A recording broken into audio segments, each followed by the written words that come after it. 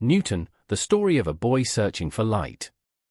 Chapter 2, Cambridge, the Plague, and the Mystery of the Apple. After finishing school, a new door opened before Newton.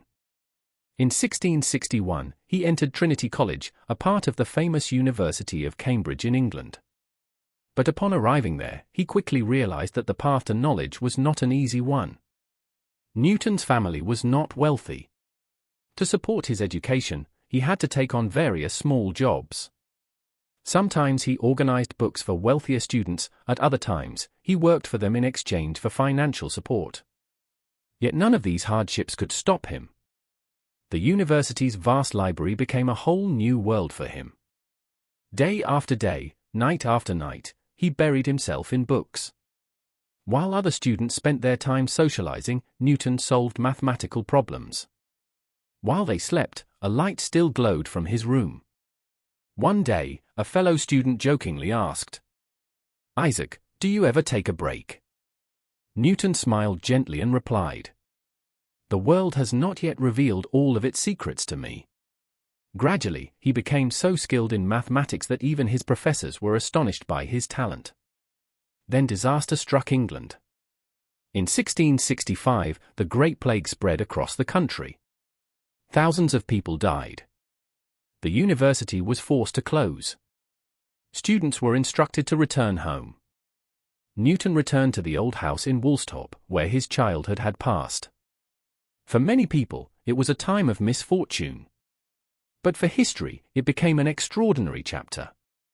There were no lectures, no examinations, no university responsibilities. Only solitude and endless hours for thought. Historians would later describe this period as Newton's miracle years. Day after day, he worked alone. He gazed at the sky. He experimented with sunlight. He developed new mathematical ideas. Slowly, his small room transformed into a laboratory of discovery. One afternoon, he was sitting in the garden of his home.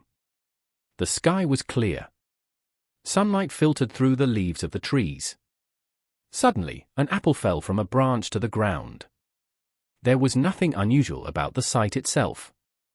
People had watched apples fall for centuries. But Newton asked a different question. Why did the apple fall downward? Why did it not move sideways? Why did it not fly upward? But that night, he made a decision. If I cannot surpass them with strength, I will surpass them with knowledge. From that moment, his life began to change. He studied for hours without stopping. He read every book he could find.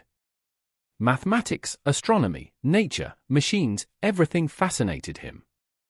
Gradually, his teachers began to notice that there was something unusual about him. One day, Newton brought a small wind-powered wheel model to school. Everyone was amazed. How could a child build something so precise? Later, he created a water clock. At other times, he built small mechanical devices and toys. People in the village began calling him an odd boy. Some laughed at him. Others admired him. But Newton paid little attention to either. His mind was occupied by a single obsession. I must know. As a teenager, his mother wanted him to leave school and become a farmer.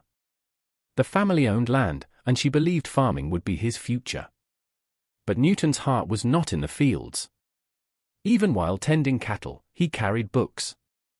Instead of keeping track of crops, he filled pages with calculations. One day, he was supposed to go to the market.